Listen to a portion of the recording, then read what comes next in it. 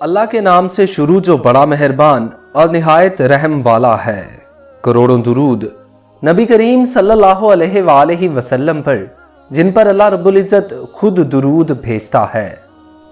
ناظرین گرامی، آپ نے خلیفہ ہارون الرشید، بہلول دانا اور ملکہ زبیدہ کے بارے میں تو سنا ہوگا، اگر نہیں تو میں آپ سب دوستوں کو بتاتا چلوں کہ خلیفہ ہارون الرشید عباسی خاندان کے 5ویں خلیفہ تھے۔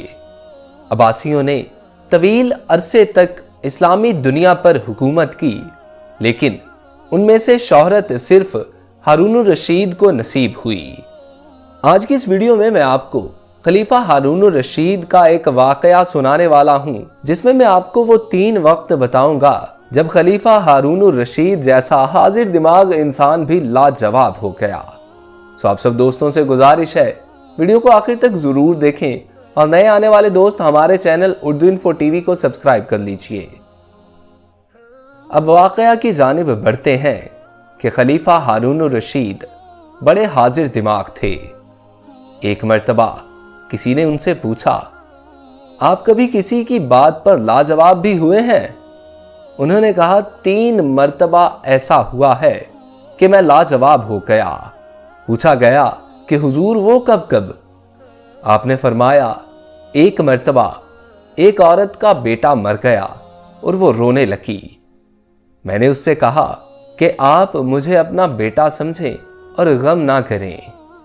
اس نے کہا کہ میں اس بیٹے کے مرنے پر کیوں نہ آنسو بہاؤں جس کے بدلے خلیفہ میرا بیٹا بن گیا۔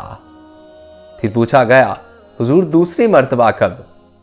خلیفہ ہارون الرشید فرمانے لگے، دوسری مرتبہ مصر میں کسی شخص نے حضرت موسیٰ علیہ السلام ہونے کا دعویٰ کیا۔